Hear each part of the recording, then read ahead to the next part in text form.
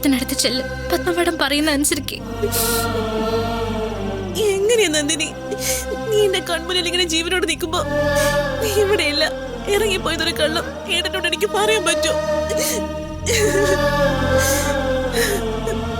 കാത്തിരുന്ന് നീ ഏട്ടനെ സ്നേഹിച്ചു തുടങ്ങിയതല്ലേ?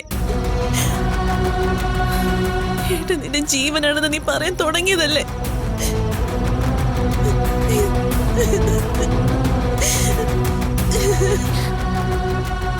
അതൊന്നല്ല ഇപ്പോഴത്തെ പ്രശ്നം. വിവേക് പുറത്തിറങ്ങട്ടെ, എന്നിട്ട് തിരുത്തേണ്ടതൊക്കെ നമുക്ക് തിരുത്താം.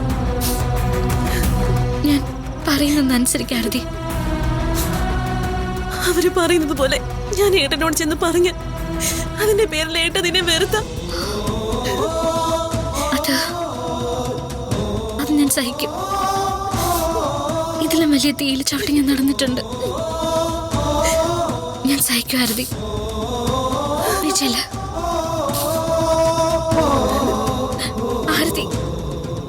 ഒരു തെറ്റും ചെയ്യാത്ത വിവേകിന് എന്തെങ്കിലും പറ്റിപ്പോയാ നിന്റെ ജീവിതത്തിൽ നിനക്ക് സഹിക്കാൻ പറ്റുമോ? ചെല്ലാരതി, ഞാൻ പറയുന്ന പോലെ ചെയ്യും.